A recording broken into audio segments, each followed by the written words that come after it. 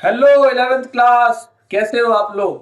तो मैं दीपक पाठक आप लोगों के लिए बेटा एक सीरीज लेकर आया हूं और वो सीरीज है आपकी रिवीजन की सीरीज। 11th क्लास में आपकी इकोनॉमिक्स के अंदर दो पोर्शन है, एक माइक्रो पोर्शन और एक स्टैटिक्स का पोर्शन। कई सारे बच्चे हैं जो 11th में स्टार्टिंग में अपनी क्लासेस नहीं लेते या नहीं ले पाते हैं और अब वो समय आ चुका है कि आपको अपनी प्रिपरेशन तो करनी पड़ेगी, पढ़कर तो आपको जाना पड़ेगा। तो मैंने एक प्लानिंग करी है, उस प्लानिंग के अकॉर्डिंग आपकी 11th क्लास के जो बड़े बड़े चैप्टर्स है, कोशिश करूंगा सारे के सारे चैप्टर्स की पूरी आपको रिवीजन विद नोट्स मैं आपको प्रोवाइड करूं। तो आज हम लोग ज्यादा समय वेस्ट ना करते हुए शुरू करता हूं चैप्टर नंबर 1 आपके स्टैटिक्स का। इसको बेटे हम दो पार्ट्स में करने वाले हैं, क्लियर है। पहला पार्ट आज करवाते हैं, फिर एक वीडियो और पार्ट नंबर 2 जिसमें आपका 100% चैप्टर नंबर 1 कवर हो जाएगा। आप जब एग्जाम में अपने क्वेश्चन को सॉल्व करोगे तो आपके दिमाग में प्योरली आंसर आने लग जाएंगे जैसे ही आप इस वीडियो को देखोगे, क्लियर है। उससे पहले अगर आप लोगों ने मेरे चैनल को सब्सक्राइब नहीं किया है तो कृपया करके आप चैनल सब्सक्राइब करें। और दूसरी सबसे इंपॉर्टेंट बात, अगर आप इस वीडियो को, आपको ये वीडियो अच्छी लगे, आप अपने बच्चों को, अपने दोस्तों को, अपने फ्रेंडों को जो स्कूल के बच्चे हैं, साथ के हैं, उन सबको इस वीडियो को शेयर करना ना भूलें। तो ज्यादा टाइम वेस्ट नहीं करते हुए स्टार्ट करता हूं बेटे आपका स्टैटिक्स का चैप्टर नंबर 1। ऑल वेल, सबसे पहले बेटे मैंने एक इंट्रोडक्शन यहां पर दिया है और इस इंट्रोडक्शन के अंदर मैं ये बोल रहा हूं कि एज वी नो, हम लोग जानते हैं ह्यूमन वांट्स जो होती है वो अनलिमिटेड होती है, ठीक है बेटे। आपकी और मेरी कुछ ना कुछ वांट अभी जरूर होगी। कुछ बच्चे चाहते हैं कि भाई अगर उन्होंने स्पाइडरमैन की मूवी देख ली तो ऐसे करते हैं कि हमें तो स्पाइडरमैन की तरह उड़ना है। मैं उनकी बात नहीं कर रहा हूं, मैं ये बात कर रहा हूं ह्यूमन वांट्स अनलिमिटेड की। मतलब कई बच्चे ये सोचते होंगे कि भाई हम 5 स्टार होटल में खाना खाएं, हम 3 स्टार होटल में खाना खाएं, हम कश्मीर घूमने जाएं, हम मनाली घूमने जाएं। अगर आप मनाली घूम के भी आ गए ना तो उसके बाद आपका मन करेगा यार अब सिंगापुर घूमने जाएंगे, अब मलेशिया घूमने जाएंगे। कुल मिला के आपकी जो इच्छाएं हैं वो कभी भी खत्म नहीं होती। अगर आपने आज मोमोज एक प्लेट खा लिए तो कल आपको और टेस्टी मोमोज, तंदूरी मोमोज खाने का मन करेगा। उसके बाद अगर आपने आज नॉर्मल पिज्जा खा लिया तो कल आप बोलोगे चीज बस पिज्जा खाना है, क्योंकि नॉर्मल कल आप खा चुके हो। यानी कि कुछ नया चाहिए। ह्यूमन वांट्स हमेशा अनलिमिटेड होती है। जैसे कि गाड़ियां रास्ते में गुजर रही हैं, एक गाड़ी पहले एम्बेसडर कार आया करती थी, आज की डेट में देखो गाड़ियों में भी कितने सारे मॉडल्स आ चुके हैं। फोन के नेटवर्क के अंदर पहले 2G होता था, फिर 3G, फिर 4G, आज 5G हो गया। क्योंकि लोगों की वांट बढ़ती जा रही है तो फिर कंपनियां जो है वो नए नए प्रोडक्ट को बना रही है, नए नए प्रोडक्ट की मैन्युफैक्चरिंग कर रही है, क्लियर है। अब ह्यूमन वांट हमारी जो अनलिमिटेड है वो पूरी बेटे मेरे कैसी होंगी। अनलिमिटेड ह्यूमन वांट मेरी पूरी होती है किससे? गुड्स से और सर्विसेज से। जैसे मैं अभी आपको पढ़ा रहा हूं, ये मैं दे रहा हूं सर्विसेज। अगर आप कहीं से एक बर्गर खा के आते हैं तो आपको मिला क्या? गुड्स, ईटेबल गुड्स, क्लियर है। या आपको क्रिकेट खेलना है तो क्रिकेट खेलने के लिए आपको क्रिकेट की किट खरीदनी पड़ेगी, क्रिकेट बैट, वो आपके लिए हो गया गुड्स, क्लियर है। तो यहां लिखा है as we know human wants are unlimited, there is need of goods and services to satisfy these wants. All well, तो मैंने क्या किया यहां पर गुड्स को आपके लिए प्रेजेंट किया है। बेटे मेरे गुड्स दो तरीकों के होते हैं, एक होता है मेरा इकोनॉमिक गुड्स और एक होता है मेरा नॉन इकोनॉमिक गुड्स, क्लियर है।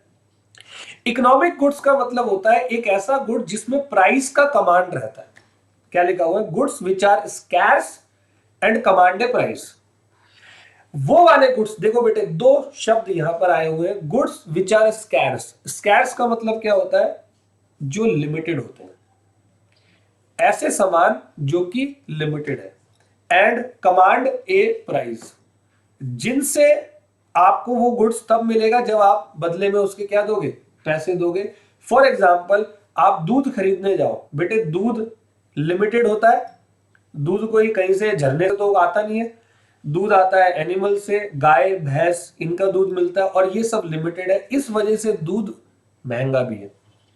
आज दूध मेरे ख्याल से कुछ ₹66 पर लीटर है। तो क्यों इतना दूध महंगा हो रहा है? क्योंकि दूध है लिमिटेड, और जो चीज लिमिटेड होती है वो उसको बोलते हैं स्कैरसिटी। All well. और ह्यूमन वांट बढ़ती जा रही है, लोग दूध के कंजम्पशन को बढ़ाए जा रहे हैं, इसीलिए उसका प्राइस जो है वो बढ़ता जा रहा है। क्लियर है? तो इकोनॉमिक गुड्स का मतलब ऐसे गुड्स जहां पर स्कैर्स गुड्स होंगे आपके लिए और कमांड होगी उस पे प्राइस पे। जैसे कि मिल्क, पेन खरीदने जाओ तो पैसे लगेंगे, पेन की भी लिमिटेड प्रोडक्शन होती है। Services of engineer, services of teacher, services of doctor, ये सारे के सारे लोग इकोनॉमिक काम कर रहे हैं। All well. अब हम दूसरी तरफ जाते हैं नॉन इकोनॉमिक गुड्स की। तो बेटे नॉन इकोनॉमिक गुड्स ऐसे होते हैं जो कि बहुत बड़ी मात्रा में अवेलेबल होते हैं। जैसे कि अभी आप बाहर जाएं, वैसे तो दिल्ली की सर्दी अभी बहुत भयानक है, धूप निकल ही नहीं रही, लेकिन मान लो सनशाइन आ गया तो आप बाहर जाओ, सड़क पे खड़े हो जाओ, धूप का आनंद लो आराम से, कोई दिक्कत नहीं है। बरसात आ गई तो आप आराम से बारिश में नहाओ, मतलब रेनफॉल हुआ, मतलब हवा चल रही है, एयर। तो क्या इन सब के बदले में आपको पैसे देने पड़ रहे हैं? नहीं जी, इनके बदले में पैसे नहीं देने पड़ रहे, और इनकी स्कैरसिटी भी नहीं है। क्या लिखा हुआ है? Goods which are available in plenty and do not command any market price, जैसे कि एयर, रेनफॉल, सनशाइन एक्सेट्रा। समझ में आ गई बात? तो गुड्स हमारे दो तरीकों के हैं, इकोनॉमिक, एक नॉन इकोनॉमिक। इकोनॉमिक मतलब ऐसे गुड्स जिसके अंदर आपको पैसा देना है और उस गुड्स को आप स्केर्स गुड्स मानेंगे क्योंकि वो लिमिटेड गुड्स है मार्केट के अंदर। क्लियर है? तो यहां से हम थोड़ा सा आगे बढ़े। अब बेटे मेरे कंज्यूमर कौन होता है? देखो नाम शब्द के अंदर बता रहे कंज्यूमर, वो बंदा जो कंज्यूम करता है गुड्स को। जैसे कि आप अपने लिए मान लो एक नारियल पानी खरीद कर लेके आए, नारियल पानी पिया होगा कभी, तो आपने वो नारियल पानी परचेज किया है क्योंकि आप उस नारियल पानी को पियोगे, मतलब कंज्यूम करोगे। अभी आप मेरे से क्लास ले रहे हो, मतलब आप मेरी सर्विसेज को कंज्यूम कर रहे हो। समझ में आई बात? तो लिखा है consumer is a person who consume goods and services to satisfied human wants. Clear है बेटे?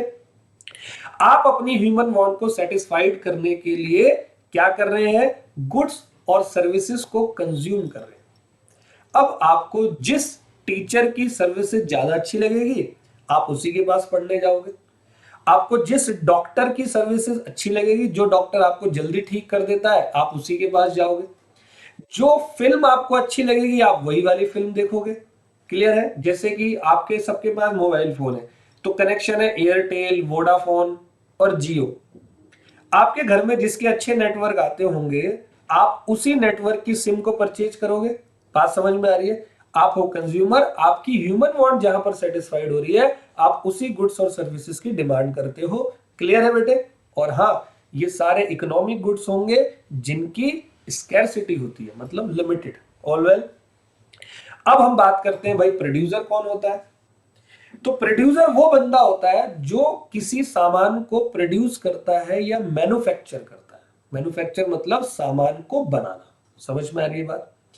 अभी मैं आप लोगों की क्लासेस ले रहा हूं, अभी मैं क्लास को रिकॉर्ड कर रहा हूं। तो मैं रिकॉर्ड कर रहा हूं, मेरे सामने यहां पर कैमरा है, यहां पर मेरे हाथ में लैपटॉप है जिसके ऊपर मैं लिख रहा हूं, ये लिखने के लिए पेन है, लाइटिंग सिस्टम है। तो ये सारी की सारी चीजें एक टीचर को पढ़ाने के लिए चाहिए होती है, इसीलिए कोई कंपनी इस सामान को मैन्युफैक्चर करती है, बनाती है, उस कंपनी को कहते हैं प्रोड्यूसर। समझ में आ गया? क्लियर है? जैसे कि सुबह सुबह आपको ब्रेकफास्ट करना हो और आपने अपनी मम्मी को बोला मम्मी मुझे नाश्ते में सैंडविच खाना है, तो मम्मी सैंडविच बनाने के लिए आपसे मम्मी ने बोले ये पकड़ 30 रुपए, जाकर हार्वेस्ट की ब्रेड का पैकेट ले आ। क्लियर है? तो क्योंकि आपने हार्वेस्ट की ब्रेड खरीदी तो फिर हार्वेस्ट की ब्रेड को बनाने के लिए कंपनी उस ब्रेड को बनाती होगी, उसको बोलते हैं मैन्युफैक्चरर और प्रोड्यूसर। समझ में आ गया बेटे? तीसरा फोर्थ होता है बेटा मेरे सर्विस होल्डर कौन होता है। तो सर्विस होल्डर का मतलब वो बंदा जो कहीं पर जॉब करता है, कहीं पर काम कर रहा होता है वेजेस के लिए या सैलरी के लिए। समझ में आई बात? जैसे कहीं नॉर्मल आपने देखा होगा पब्लिक के अंदर किसी से ही पूछो कि आप क्या करते हो तो वो बोलता है मैं सर्विस कर रहा हूं, मतलब वो किसी कंपनी के अंदर, किसी ऑर्गेनाइजेशन के अंदर क्या कर रहा है? काम कर रहा है। समझ में आ गई बात? और उसके बदले में उसको क्या मिलता है? या तो वेजेस मिलेंगे वेजेस मतलब दिहाड़ी, और सैलरी पर मंथ सैलरी होती है वो मिलती है। क्लियर है। और फिफ्थ पॉइंट कहते हैं भाई सर्विस प्रोवाइडर कौन होते हैं, तो वो पर्सन जो अपनी सर्विसेज देता है उसको बोलते हैं सर्विस प्रोवाइडर। सर्विस होल्डर और सर्विस प्रोवाइडर में क्या फर्क होता है, सर्विस होल्डर कहीं पर जॉब करता है, सर्विस प्रोवाइडर एक तरीके के फ्रीलांसर्स होते हैं, मतलब वो प्रैक्टिस कर रहे होते हैं। जैसे मैं डॉक्टर हूं, मान लो मेरा अपना क्लिनिक है तो मैं सबको अपनी अपनी सर्विसेज प्रोवाइड कर रहा हूं। मान लो मैं टीचर हूं और मैं हूं मानना क्या है, तो फिर मैं अपनी सर्विसेज आपको दे रहा हूं, तो मैं सर्विस प्रोवाइडर हो गया। क्लियर है बेटे। अब सिक्स पॉइंट यह कह रहा है एक्टिविटीज। तो बेटे ह्यूमन एक्टिविटीज को हमने क्लासिफाई किया हुआ है दो तरीकों में। ह्यूमन एक तो इकोनॉमिक एक्टिविटी करता है और एक नॉन इकोनॉमिक एक्टिविटी करता है। तो यहां पर एग्जांपल हम लेते हैं, आपके घर में आपके फादर को पकड़ते हैं, ठीक है जी। आपके फादर मंडे को, मंडे से लेते हैं इसमें, मंडे को मॉर्निंग में उठते होंगे, और जनरली देखो मुझे एग्जैक्टली नहीं पता बट जनरली लोग यही करते हैं, सुबह उठते हैं, या तो आपके फादर बिजनेस पर्सन होंगे या कहीं पर नौकरी करते होंगे या उनका अपना कोई दुकान वगैरह होगी, कुछ भी कैसा भी कोई ना कोई काम करते होंगे, वो सुबह उठते होंगे अपने काम पे जाते होंगे, शाम को अपने घर पे आते होंगे, और ये एक रूटीन काम हो रहा होता है आपके फादर का। क्लियर है। बिजनेस कर रहे हैं तो सामान को खरीद रहे हैं, सामान को बेच रहे हैं, पैसे कमा रहे हैं और उस पैसे से अपने घर को चला रहे हैं। क्लियर है। लेकिन ऐसा हो सकता है कि संडे को आपके फादर पूरी की पूरी फैमिली के साथ में, हो सकता है किसी के घर बर्थडे पार्टी में चले जाए, कोई सोशल फंक्शन अटेंड करने चले जाए, कोई पिकनिक पे चले जाए, तो वो भी एक एक्टिविटी है। तो बेटे जो पापा ने पूरे हफ्ते किया अपने काम के दौरान, वो थी इकोनॉमिक एक्टिविटी, जहां पर वो पैसों का लेन देन कर रहे थे, पैसे कमा रहे थे, किसी को पैसे दे रहे थे। लेकिन जो संडे को या किसी छुट्टी वाले दिन करते हैं वो नॉन इकोनॉमिक एक्टिविटी होता है। हो सकता है आपके फादर चैरिटी करते हो, दान देते हो सकता है आपके फादर किसी ऑर्गेनाइजेशन से कनेक्टेड हो, या तो किसी टेंपल से कनेक्टेड हो या किसी गुरुद्वारे से कनेक्टेड हो, जहां पर वो अपनी सेवाएं देते हो फ्री ऑफ कॉस्ट। आपने देखा हो गुरुद्वारे में शू पॉलिश करते हैं, बड़े बड़े बिजनेसमैन आते हैं, वो लोगों के जूतों की सेवा करते हैं, पैसे नहीं लेते उसके बदले। आपने देखा होगा मंदिर के अंदर, टेंपल्स के अंदर लोग अपनी सेवाएं दे रहे होते हैं। तो वो सारी की सारी एक्टिविटी नॉन इकोनॉमिक एक्टिविटी है। और इकोनॉमिक एक्टिविटी कौन सी होती है, इकोनॉमिक एक्टिविटी वो वाली एक्टिविटी है जहां पर मैं अपना काम, अपनी रोजमर्रा, अपने रोजगार को चलाने के लिए, अपनी डेली लाइफ, अपने घर को चलाने के लिए काम करता हूं, उसको मैं बोलता हूं इकोनॉमिक एक्टिविटी। और नॉन इकोनॉमिक एक्टिविटी कौन सी होती है, वो वाली एक्टिविटी जहां पर कोई इकोनॉमिक एक्सपेक्ट नहीं है, मतलब मेरे को घर भर नहीं चला रहा, पिकनिक कर रहे हैं, कोई घर चलाने के लिए थोड़ी कर रहे हैं, खुशी मिलती है, सोशल थोड़ा लोगों से होना भी अच्छा होता है। क्लियर है। तो यहां पर बेटे मैंने एक्टिविटीज को क्लासिफाई किया, एक इकोनॉमिक एक नॉन इकोनॉमिक। तो इकोनॉमिक के अंदर क्या है, the activity which are performed to earn a living. Clear है। For example businessman, software engineer, doctor, teacher etcetera. मैं अभी पढ़ा रहा हूं तो मेरे को आप लोगों को पढ़ा के क्या मिल रहा है, पैसा मिल रहा है।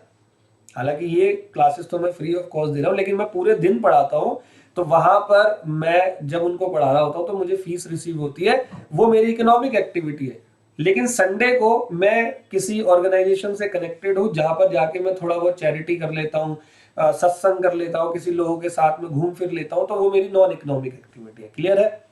तो इकोनॉमिक एक्टिविटी को क्लासिफाई कुछ इस तरीके से किया हुआ है बेटे, इंपॉर्टेंट है, ध्यान से सुनना। सबसे पहला होता है प्रोडक्शन। अब जितने भी लोग भारत के अंदर है, 142 करोड़ की पॉपुलेशन हो गई है, उनमें से कुछ लोग होंगे प्रोड्यूसर। तो प्रोड्यूसर क्या करते हैं, प्रोडक्शन करते हैं। तो लिखा है it is concern with increasing the utility of goods and services. बेटे utility of goods and services मतलब होता है सेटिस्फेक्शन। आपने देखा है प्रोड्यूसर्स क्या करते हैं, नए नए प्रोडक्ट मार्केट में उतारते हैं और कंज्यूमर्स उन नए प्रोडक्ट को परचेज करता है। पता क्या होता है, प्रोड्यूसर पहले कंज्यूमर के मन में एक लालच पैदा करता है, एक इंड्यूसमेंट करता है, ताकि कंज्यूमर प्रेरित हो जाए उस प्रोडक्ट को खरीदने के लिए।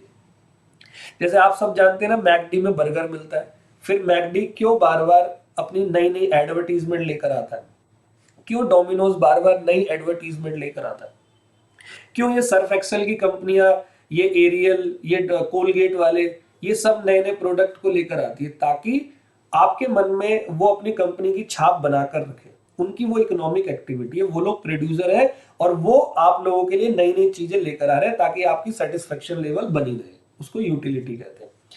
तो प्रोडक्शन कौन करता है? प्रोड्यूसर करता है। दूसरा है कंजम्पशन। अब कंजम्पशन क्या है?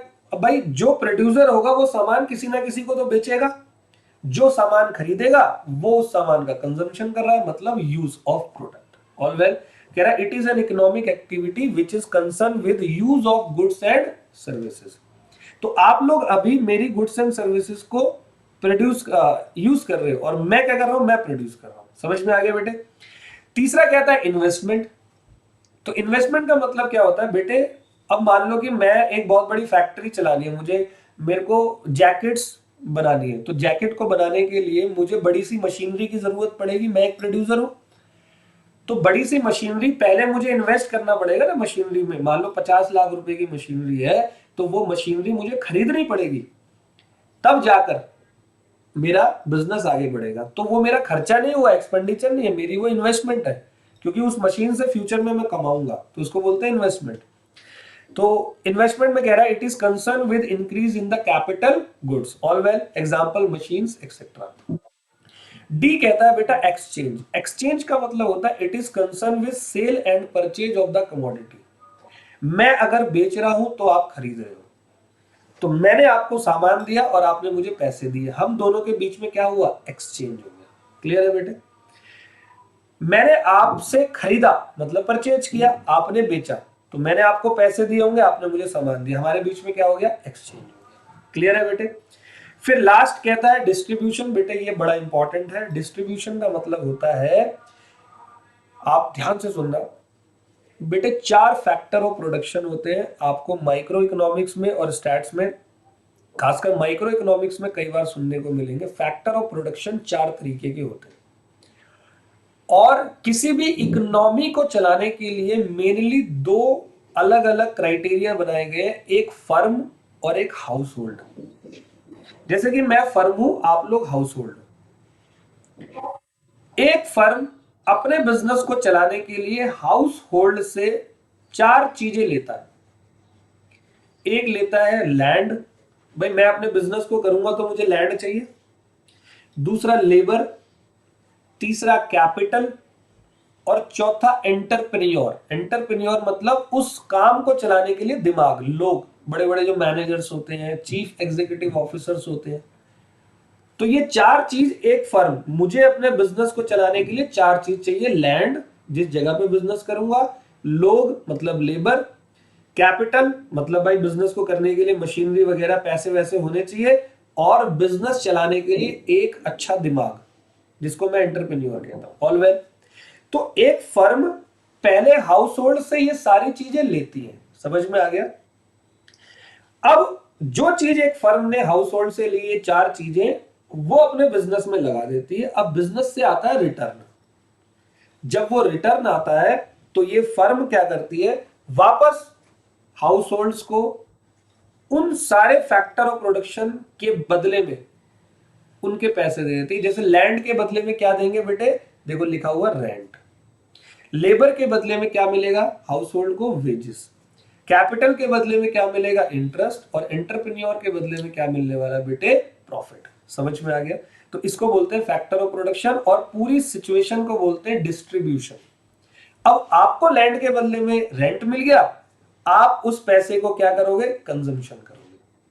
क्लियर है? Goods and services. अब आपने कंज्यूम किया होगा तो वो पैसा फिर फर्म के पास आ गया, फर्म उससे क्या करेगी बेटे? प्रोडक्शन। क्लियर है? और प्रोडक्शन करेगी और इन्वेस्टमेंट करेगी, अपनी कंपनी और आगे बढ़ाएगी, नई मशीनरी लाएगी, फिर नया प्रोडक्शन होगा, फिर आपको पैसे दिए जाएंगे, फिर आप नया यूज करोगे। तो ये एक सर्कल है। आया समझ में? तो ये पूरी की पूरी कौन सी एक्टिविटी हो गई? इकोनॉमिक। अब हम बात करेंगे बेटे नॉन इकोनॉमिक एक्टिविटी की। तो कहता है these are the activities which have no economic aspect. ये वो एक्टिविटी है जिनके कोई भी इकोनॉमिक एक्सपेक्ट नहीं होते, जैसे कि मैं चैरिटी कर रहा हूं, डोनेशन कर रहा हूं, हॉबीज है मेरी कुछ। नॉन इकोनॉमिक एक्टिविटी जैसे सोशल एक्टिविटी, किसी शादी में जाना, पिकनिक पे जाना, कोई रिलीजियस एक्टिविटी जैसे सत्संग, कोई वर्शिप, टेम्पल जा रहे हैं, प्रेयर कर रहे हैं, चैरिटेबल एक्टिविटी कर रहे हैं, डोनेशन, फ्री मेडिकल कैंप, कोई खून दान कर रहे हैं, ब्लड डोनेशन, या कोई पेरेंटल एक्टिविटी जैसे आपके माँ बाप करते हैं आपके लिए, ठीक है, वो बाहर से कमा के लाते हैं और आप कहते हो पापा मुझे फोन चाहिए, अब मैं 11th क्लास में आ गया हूँ, तो पापा फिर आपको फोन दिलाते हैं। क्यों दिलाते हैं? क्योंकि आप उनके बेटे हो। अगर पड़ोसी का बच्चा आपके पापा से बोले अंकल अंकल मुझे फोन चाहिए, मैं नहीं पढ़ूंगा, तो वो नहीं दिलाएंगे, मार के और भगा देंगे। लव एंड अफेक्शन है आपसे। क्लियर है बेटे? तो ये हमारा टॉपिक हुआ। अब इकोनॉमिक्स की कुछ डेफिनेशंस हैं। एक सबसे पहले इकोनॉमिक्स की डेफिनेशन है वेल्थ डेफिनेशन, जो कि वेल्थ के ऊपर आई थी, लेकर आए थे एडम स्मिथ, जिनको फादर ऑफ इकोनॉमिक्स बोला जाता है। बेटे ध्यान से देखना, इसमें लिखा father of economics, father of micro या मैक्रो इकोनॉमिक्स नहीं है, ये फादर ऑफ इकोनॉमिक्स है। क्लियर है? आगे कहते हैं पब्लिश हिज बुक, वो एक बुक लेके आए थे 1776 में।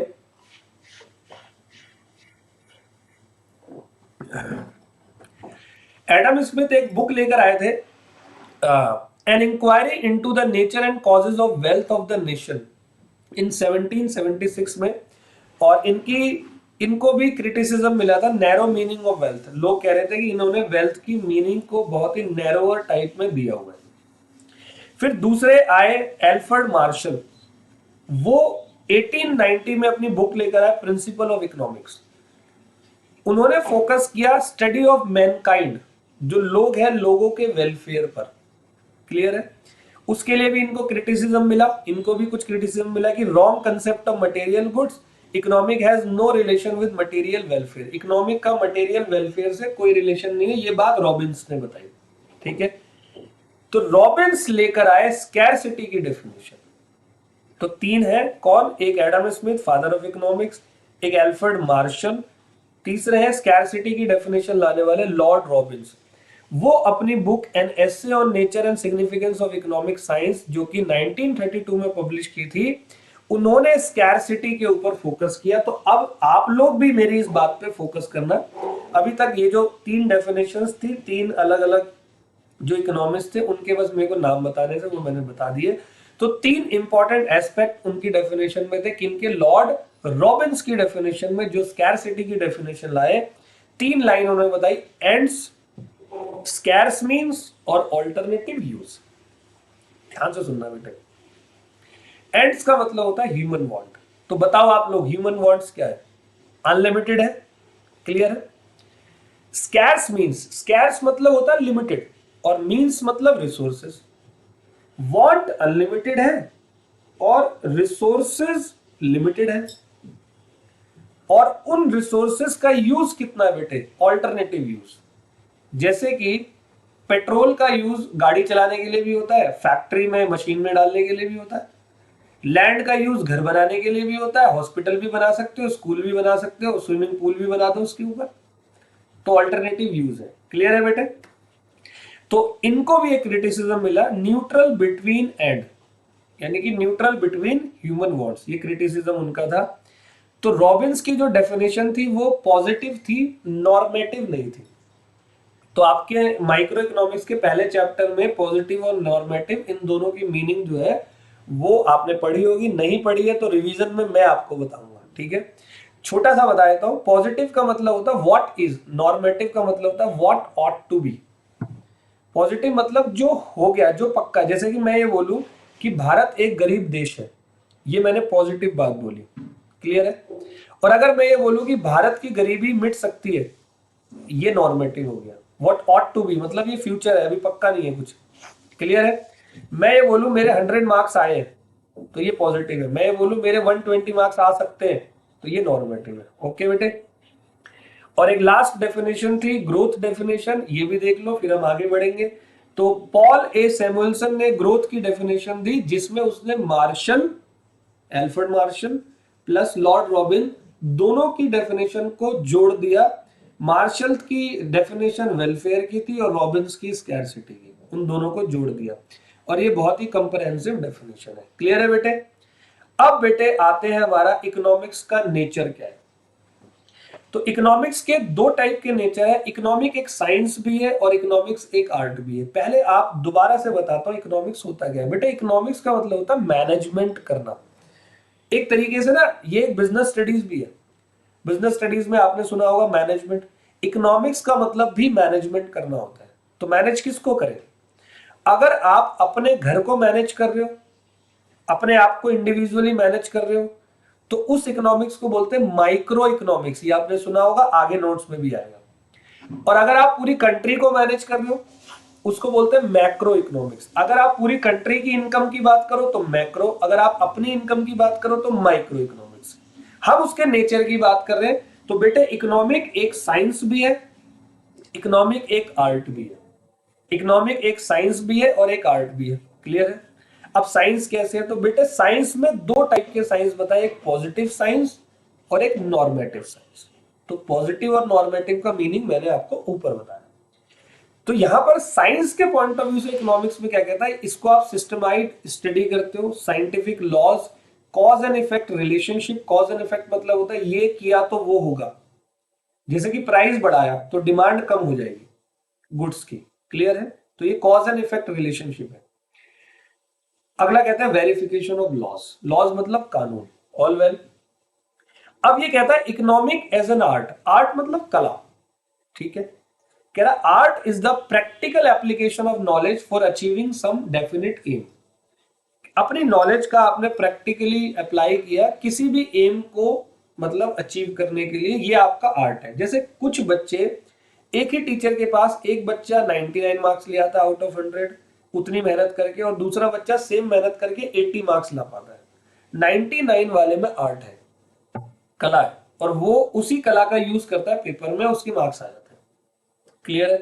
दूसरा कहता है science lays down principles. Science ने प्रिंसिपल्स बता रखे। देखो साइंस का मतलब होता है जो लिखा है आपको वो करना है, प्रिंसिपल्स मतलब रूल्स। आर्ट में क्या करता है? आर्ट करता है उन प्रिंसिपल्स को प्रैक्टिस में लेकर आता है। जैसे कि एक रूल को कोई बंदा किसी और तरीके से फॉलो करेगा, कोई दूसरा बंदा किसी और तरीके से फॉलो करेगा। ठीक है? फिर नेक्स्ट कहता है economics is an art as it gives us practical guidance in solution to various economic problem. तो बहुत सारी इकोनॉमिक प्रॉब्लम का एक प्रैक्टिकल सॉल्यूशन देता है। तो आपने माइक्रो इकोनॉमिक्स में सेंट्रल प्रॉब्लम पढ़ी होगी, what to produce, how to produce, whom to produce. तो एक आर्ट है। तो हर बंदा अपने अकॉर्डिंगली इकोनॉमिक्स को देखता है आर्ट के पॉइंट ऑफ व्यू से। अब ये कहता है माइक्रो और मैक्रो इकोनॉमिक्स में क्या डिफरेंस है। देखो बेटे माइक्रो में आई मतलब मैंने इंडिविजुअल बोला। जब भी आप किसी एक बंदे की बात करो, इंडिविजुअल की या एक फर्म की या एक घर की, जैसे मान लो आपको अपना घर चलाना है पूरा, आपके फादर या आपकी मदर पूरा घर चलाती है, वो माइक्रो इकोनॉमिक्स है। लेकिन हमारे प्राइम मिनिस्टर मोदी पूरा देश चला रहे हैं, वो मैक्रो इकोनॉमिक्स है। क्लियर है? समझ में आई बात? तो माइक्रो इकोनॉमिक्स के टूल्स क्या होते हैं? Demand and supply. मतलब आपकी मम्मी ना आपके घर में सब्जियां वगैरह वही लाती होगी जिसका प्राइस घर में मार्केट में कम होता है। तो ये डिमांड सप्लाई टूल होता है जो कि प्राइस थ्योरी होता है। सस्ता है तो ज्यादा लिया है, महंगा है तो कम लिया है। तो आप देखना महंगी चीजें आपको बड़ी मुश्किल से मिलती है, सस्ती चीजें बड़ी। आजकल सर्दियां चल रही है, मूंगफली मिल रही होगी आप लोगों को घर में खाने को, या मटर की सब्जी बहुत खा रहे होंगे। क्लियर है? तो ये प्राइस थ्योरी है, क्योंकि घर को चलाने के लिए ऐसे डिसीजंस लेने पड़ते हैं। और मैक्रो इकोनॉमिक्स एक टूल है एडीएनएएस का। बेटे एडीएएस आप 12th में पढ़ोगे। एडी मतलब एग्रीगेट डिमांड, एएस मतलब एग्रीगेट सप्लाई, मतलब पूरी कंट्री की डिमांड एंड सप्लाई। और यहां पर इंडिविजुअल की डिमांड एंड सप्लाई की बात करते हैं। क्लियर है? तो इसको हम इनकम एंड एम्प्लॉयमेंट थ्योरी बोलते हैं। ये आप 12th क्लास में पढ़ोगे मैक्रो इकोनॉमिक्स। माइक्रो इकोनॉमिक्स आपने दूसरी बुक पढ़ी होगी, अभी तक नहीं पढ़ी हो तो रिवीजन के अंदर हम करेंगे। तो बेटे यहां तक तो मैंने आपको एक इंट्रोडक्शन दिया। अब बात करेंगे स्टैटिक्स की। तो स्टैटिक्स क्या होता है? तो स्टैटिक्स बेटे एक systematic treatment of quantitative expression is known as statics. जो आंकड़े होते हैं ना, आंकड़ों को क्वांटिटेटिवली, क्वालिटी नहीं, क्वांटिटेटिव मतलब नंबर्स में देखना स्टैटिक्स होता है। जैसे 2011 में पॉपुलेशन मान लो 120 करोड़ थी, आज पॉपुलेशन 142 करोड़ है। तो यही आंकड़े आंकड़े निकले तभी पता लगा ना 142 करोड़ पॉपुलेशन है, मतलब इतनी ग्रोथ होगी, इतने परसेंट से बड़ा पॉपुलेशन। 1947 में क्या था, आज क्या है, इतने परसेंट से बड़ा। तो ये सब कुछ निकलता है स्टैट्स से। स्टैटिक्स मतलब एक तरीके के आंकड़े। समझ में आया? तो स्टैटिक्स को दो वेज में जो है डिफाइन किया गया है, एक प्लूरल सेंस में और एक सिंगुलर सेंस में। तो आज की क्लास में हम प्लूरल सेंस को पढ़ेंगे, सिंगुलर को हम अगली वाली वीडियो में कवर करने वाले हैं। तो सबसे पहला प्लूरल सेंस क्या होता है?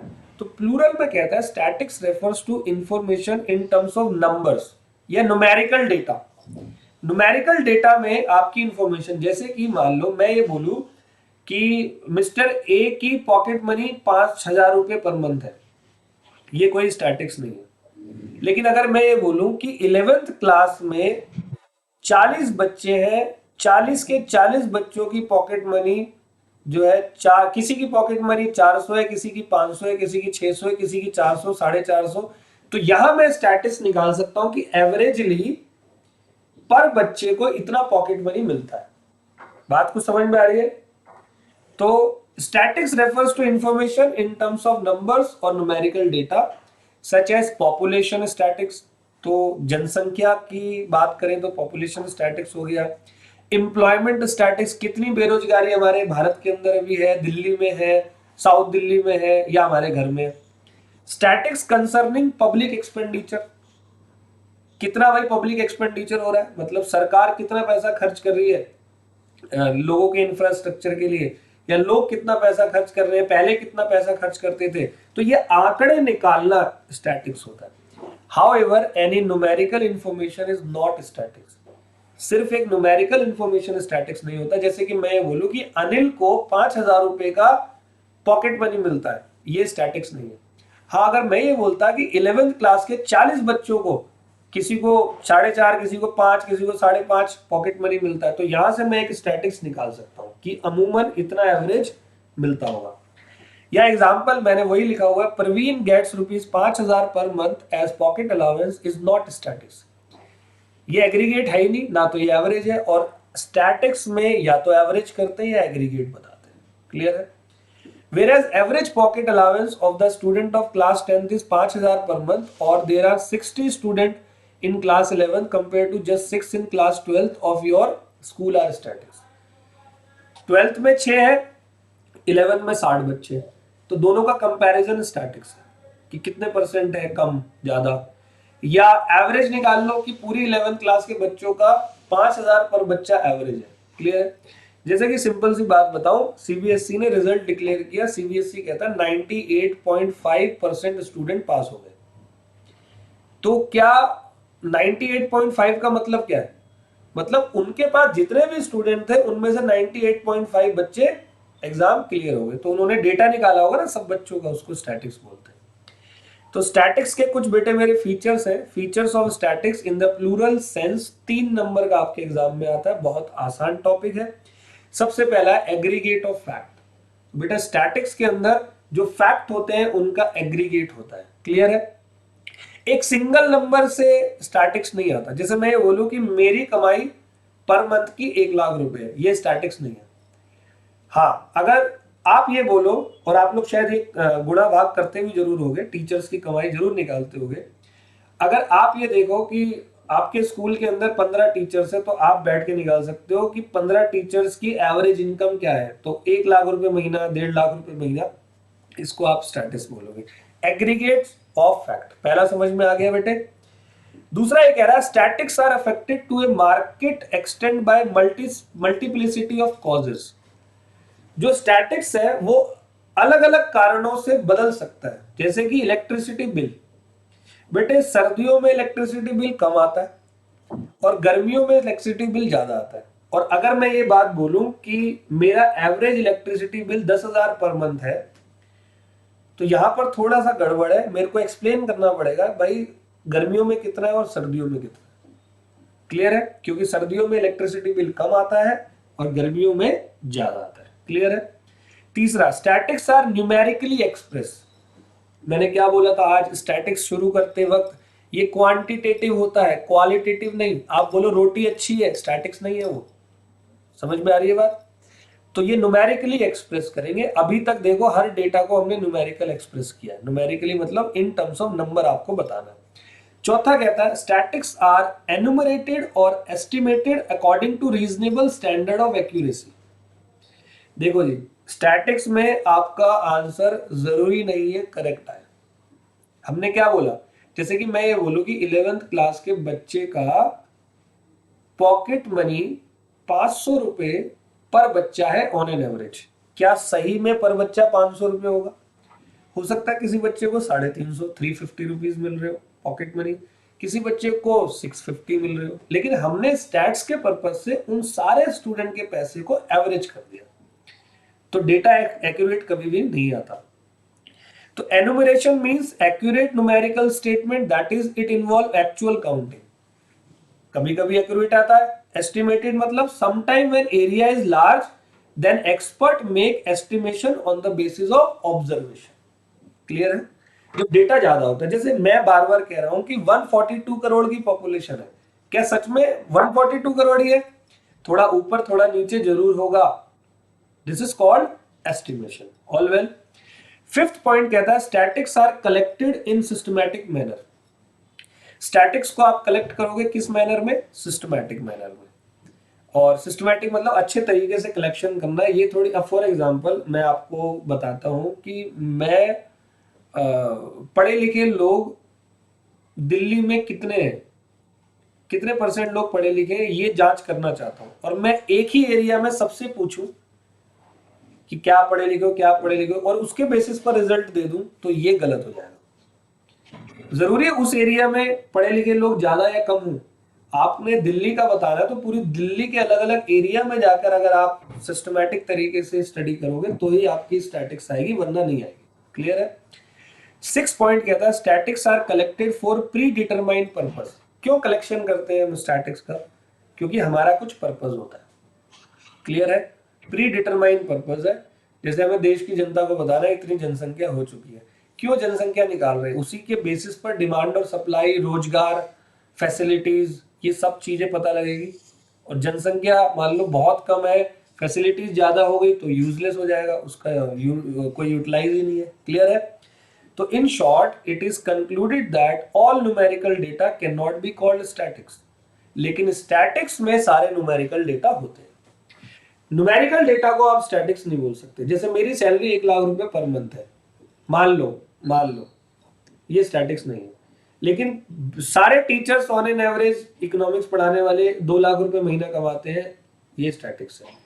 तो all numerical data cannot be called statics, but all statics are called numerical data. Clear है? ये इंपॉर्टेंट टॉपिक है, एक बार मैं आपको रिपीट कर रहा हूं, ध्यान से सुनना।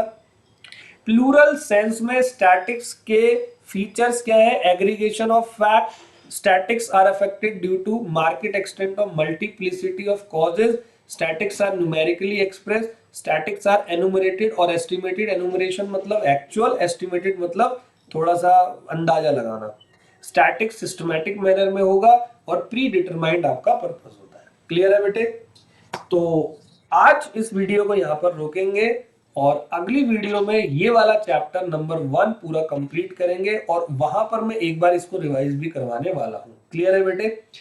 तो उम्मीद है आपको मैं समझा पाया। आप लोगों का काम क्या है वो समझ लो। अगर अच्छा लगा, समझ में आता है, लाइक करो, शेयर जरूर करो अपने स्टूडेंट्स को, ताकि मैं और अच्छी वीडियोस आपके लिए लेकर आऊं और आपके एग्जाम में आपको हेल्प मिले। ठीक है बच्चे? Thank you so much. मिलते हैं अगले वीडियो में। धन्यवाद।